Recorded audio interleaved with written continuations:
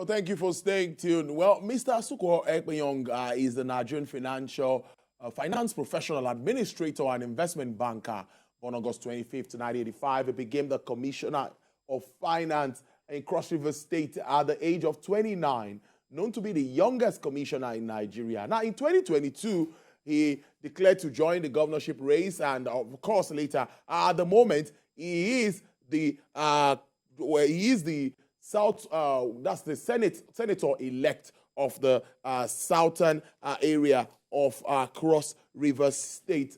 Yes, he's a professional, and I had a chat with him after the elections. Yes, senator-elect of the Southern Senatorial District, Cross River State. I had an exclusive chat with him after the elections, and we started with issues around Nigeria's debt profile and what it means for a struggling economy for Nigeria. He also spoke to me about the prospects of an Asiwaju Bola Tinubu-led government. Debt is scary. Let me pick up from where you just said. Debt is scary, but effectively used debt, efficiently used debt, it's apt. It's important. No country grows by not borrowing. If you borrow, it's not bad. It's the utilization of the proceeds of borrowing that is most important and critical. This administration, the incoming administration, Tinubu Shatima-led administration, will be utilizing all avenues at its disposal. Debt, getting PPP participation to raise funding to bridge the infrastructure gap is very critical. I like to sometimes reference what someone had done in the past. And so for our president, our incoming president, during his time in Lagos, under his stewardship between 1999 and 2007, the investment in infrastructure, the bridging of the infrastructure gap in Lagos was remarkable. The truth is, I was a secondary school student at King's College when he first became governor. And I know what Lagos was like in the years coming into the beginning of the Fourth Republic and his ascendancy to the governorship of Lagos. And what he did over those 8 years, he set the tone. They built an infrastructure master plan, and they have dedicated themselves over the last 24 years to implementing that. That consistency, that following the roadmap, that implementation is the reason why I say Tinubu will make a fantastic president, not just during his term, but even as a leader in Lagos after he left office. Those who have come have faithfully implemented that. Beyond infrastructure, you need to look at the role of law. Tinubu's administration in Lagos followed the rule of law, and that is what is sometimes missing, and that's what gives us funding gaps. People need to believe in the law of the land and that it will be faithfully implemented. That gives the confidence, it gives investor confidence, it gives the right signaling for funds to flow to Nigeria. Well, we continue the discussion and shifted to his senatorial district, stating what he has in stock for them. He promised to propagate laws that will promote inclusiveness and other burning issues, like revisiting the circumstances that led to the ceding of the Bakassi Peninsula. Take a listen. The laws I will be looking at are laws that positively affect the everyday man. We need to look at the big picture, we need to look at the small picture. We need to be sure and deliberate that the laws that we create, the bills that we sponsor, are going to affect the everyday man's life positively. That's what we're going to do. There are so many areas, and when you speak about, for instance, let me localize it back to my senatorial district. There are things that I don't feel we have leveraged on. Let me give an example, the oil industry. The mainstay of the Nigerian economy is the oil and gas in the south, in the Niger Delta, for which Cross River State belongs. In a remarkable manner, they say we have no oil and gas deposits, which we will look to address over this incoming administration. But let's say, without conceding that they may be right, but that production, all that gas flaring, all that environmental degradation, the pollution, all that affects the Cross Riverian people, especially in the south. Very important to realize that the vast and abundant forest cover that we have sequesters these carbon releases. So The natural resources we have that are plain to see, that's our vast forest cover, is providing a gap to, close down on the pollution that is being created by the production in the Niger Delta. There should be some sort of benefits that come to those communities that are doing that. Those are things we'll be advocates for. Those are things we'll be vocal for. We'll amplify these things and bring it to the front burner. The issue of the ceding of Bakassi Peninsula is a very sensitive one. It's a touchy subject for our people. There was no plebiscite in the process that led to that ceding. No referendum of such. There is a very desperate need for them to feel that they are a part of this nation. The ancestral land and all the resources therein, we ceded. There is need for us to look at that process again. There's a need for us to come to a resolution, a lasting and permanent resolution of the indigenous people of Bakassi Peninsula who have been made displaced. They are now IDPs in Cross River State.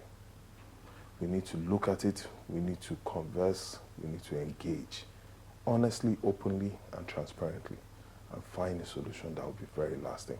I do not claim to know all the answers. The people most likely will know the answers to this, so we'll be engaging with them and engaging at the federal level and on the floor of the Senate chambers to speak, because that is what they sent me here for. As I go, and during the course of my campaign, those were one of their main issues.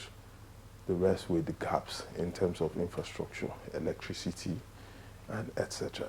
The living conditions for them are very sad, and we will be shining a spotlight for the rest of Nigeria to see what is going on, and so that we as a people, as a country, as a nation, will look into the issues that are affecting these people. First step would always start with engagement. We'll engage with the people, because you cannot speak for people unless they have given you that mandate. They have given us that mandate, but we will ask them what in clear terms they require or they demand, and we will engage with the federal government on their behalf. Obviously, the state government, under the leadership of the governor, the incoming governor, Senator Prince Bassey Edelutu, will take the lead, and I, as the senator representing the people of Bakassi, will be there to speak for them. Well, staying with developments across the state, Mr. Ekpenyong wants the governor-elect to focus on revenue generation and include a good number of youths in his cabinet. He believes this will enhance productivity and, of course, make more mark across the state. Take a listen to his submission around that. Me, the first and most important thing is revenue assurance. We need to scale up our revenue in terms of IGR. What we get from the federal allocation, when you take off the debt that has been accumulated by previous administration altogether, we are the last in terms of all 36 states of this federation. This is obviously also as a result of the loss of Bakassi and the loss of the oil wells. Administrations had borrowed against that forecasted 13% derivation inflow. And when that is gone, we are badly and adversely hit. So there is a need to desperately look at ways of identifying and scaling up our revenue, internally generated revenue, without being more of a burden to the taxpayer, but by ensuring that the tax net is spread wider, so that everyone that should pay tax pays the tax at an appropriate rate. Beyond that, we now need to start looking outside the box in areas where we can generate revenue. During our conversation, I've spoken about our vast forest cover. Those carbon credits, those are things that can lead to some sort of revenue. Because how best laid out your plans are in terms of the goals of the administration, in terms of project, in terms of quick wins, the most important thing is if you don't have the finance to back and implement it, then you'll be stalled.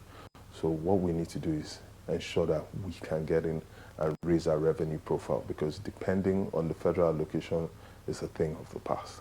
I would be a hypocrite to suggest anything otherwise than ensuring that there's a very fair balance and there's a lot of youth inclusion. Just by providence and the fact that young people have obviously longer time on earth, they have more of a stake in the future of this state, of this nation, of even the continent. And so it's very important to have them be part of the discussion, be part of decision making. And that only works by giving them an opportunity. When I was first appointed, everyone assumed that I would be unable to do it. But I did it and ended up serving as the longest Commissioner of Finance in the history of Cross River, and I think even across the country. When I was first given this ticket, I was told it would be impossible. You're running against people who have been in elective or appointed office for 30 or so years. The other guy was over 25 years. But I think at the end of the day, through hard work, through competence, through diligence, we've been able to prove ourselves. So I believe that a lot of young people are looking for the opportunity. And if given the opportunity, we'll be able to excel, do exceedingly well. It's important to always give young people an opportunity. So when you ask me my recommendation is to my primary constituency, which is, I don't classify myself as a youth anymore, but I know that, I'm a young man. So I would always say youth inclusion is very good for politics and governance. Well, finally, Cross River State, like every other state, is blessed with natural and human or mineral and natural resources, human resources. But how well will government take advantage of this? Obviously, I saw a lot of cassava and palm kernels seems to be in abundance across the state. Listen to what Mr. Ekpenyong has to say about this. Part of the issues we are speaking about when we talk about infrastructure, if a community has a lot of cassava, the cassava has no value in that community. You understand? Because everyone is a cassava farmer.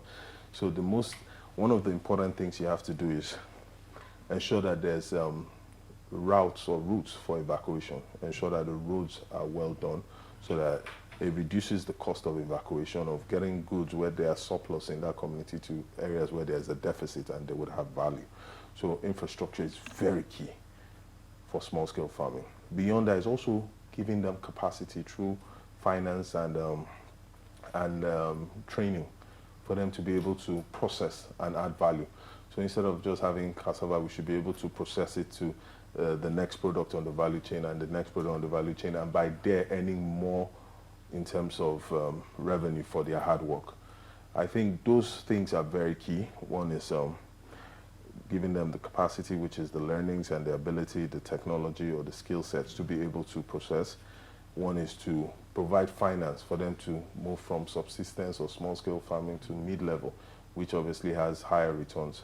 But finally, you can, like I said, if a community all have cassava farmers, that cassava has no value unless you can move it along and evacuate it. And at the federal level, there's need for us to review and come back, with things like commodity exchanges where we, sequester and collate some of these commodities and trade them on.